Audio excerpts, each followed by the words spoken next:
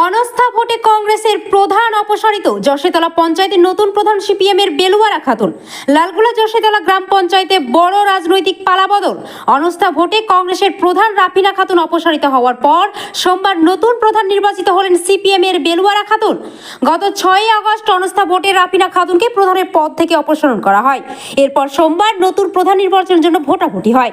সেখানে সিপিএম প্রার্থী বেলুয়ারা খাতুনের পক্ষে 13টি ভোট পড়ে। তার বিরুদ্ধে ভোট দেন 9 জন সদস্য। ফলে 4 ভোটের ব্যবধানে জয়ী হয়ে যশোতলা গ্রাম পঞ্চায়েতের নতুন প্রধান হন বেলুয়ারা খাতুন। 23 আসনের এই পঞ্চায়েতে এক সদস্যর মৃত্যুর পর বর্তমানে মোট সদস্য সংখ্যা 22। দলীয় হিসাব অনুযায়ী পঞ্চায়েতে কংগ্রেসের 13 জন, সিপিএম এর 8 জন এবং তৃণমূলের 1 জন সদস্য রয়েছেন। অনাস্থা ভোটের সময় কংগ্রেসের 3 জন, সিপিএম এর 8 জন এবং তৃণমূলের 1 জন সদস্য প্রধানের অপসারণের পক্ষে ভোট দেন। অন্যদিকে কংগ্রেসের বাকি সদস্যরা সেই ভোটে অনুপস্থিত ছিলেন। সোমবার প্রধান নির্বাচন কংগ্রেসের সদস্যরা একাংশের সমর্থনে সিপিএম বেলুয়ারা খাতুনের প্রধান নির্বাচিত হন। এই ফলাফলের পর যশোতলা গ্রাম পঞ্চায়েতের নতুন রাজনৈতিক সমীকরণ তৈরি হয়েছে বলে মনে করছে রাজনৈতিক মহল।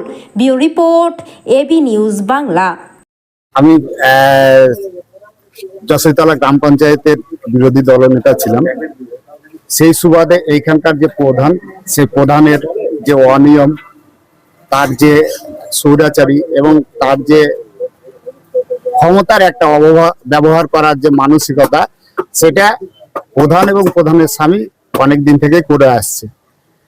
এর বিরুদ্ধে আমাদের দল এবং আর যে সব দল ছিল, যারা ভালো মেম্বার, তারা একজোট হয়ে এই প্রধানকে সরানোর ব্যবস্থা অনেক দিন থেকে করছি। আজকে আমরা সেই কাজে সফল হয়েছি। আচ্ছা, কত ভোটে সফল হয়েছেন? আমরা 13 পেয়েছি, ওরা 9 পেয়েছে। আচ্ছা, এখন কি বলবেন জনগণের জন্য? জনগণের জন্য, জনগণের পঞ্চায়েত, জনগণের কাজের জন্য জনগণ আসবে, জনগণ তার কাজ করে নিয়ে যাবে এবং জনগণ যাতে সুষ্ঠুভাবে কাজ পায় এবং তার যাতে কোনো রকম কাউরির পিছনে না ছুটে বেড়াতে হয়, দালাল ধরতে না হয়, ডাইরেক্ট প্রধানের কাছে আসবে, প্রধান তার কাজ করে দিবে, এটাই চাইছি আমরা। জনগণের পঞ্চায়েত, জনগণ যাতে সঠিকভাবে কাজ পায় তার ব্যবস্থা করা আমাদের মূল উদ্দেশ্য এবং লক্ষ্য। এই যে রাজ্যের পালাবদল, তারপরে আপনাদের এরকম একটা জয়, কতটা আশাবাদী ছিলেন? না, আমরা জয় সম্পর্কে প্রথম থেকেই আশাবাদী এবং আমরা প্রধানকে সরানোর যে ভোটাভুটি, সেখানেও আমরা জয় পেয়েছি এবং আজকে তো আপনারা দেখছেন, আজকেও আমরা সেই লড়াইয়ে জয়ী হয়েছি।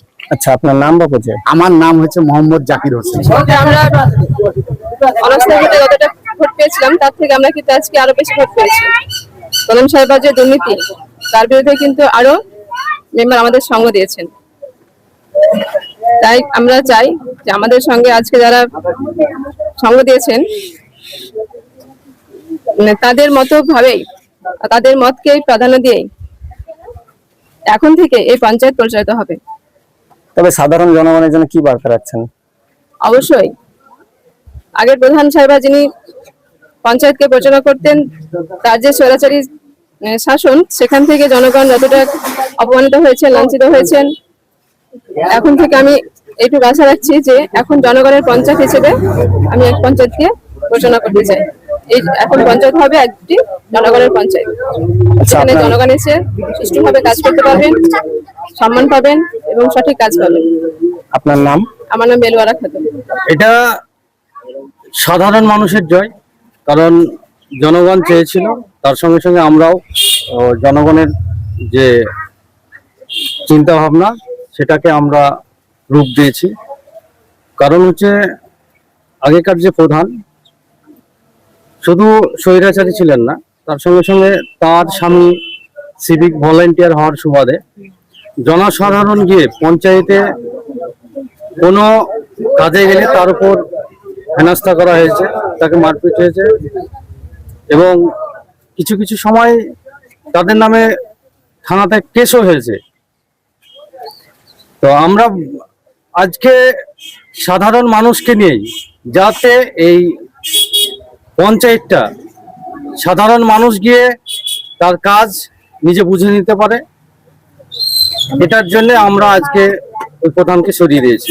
এখানে শুধু আমরা না, আমাদের 3 দলের, সিপিএম, কংগ্রেস, তৃণমূল, এই 3 দল মিলিয়েই কিন্তু এইসব ওই প্রধানকে আমরা সরিয়েছি। এখন কি চাইছেন জনগণের জন্য? জনগণ যেটা পঞ্চায়েতে গিয়ে তাদের কাজ হয়নি, সে কাজ জনগণ পাবে।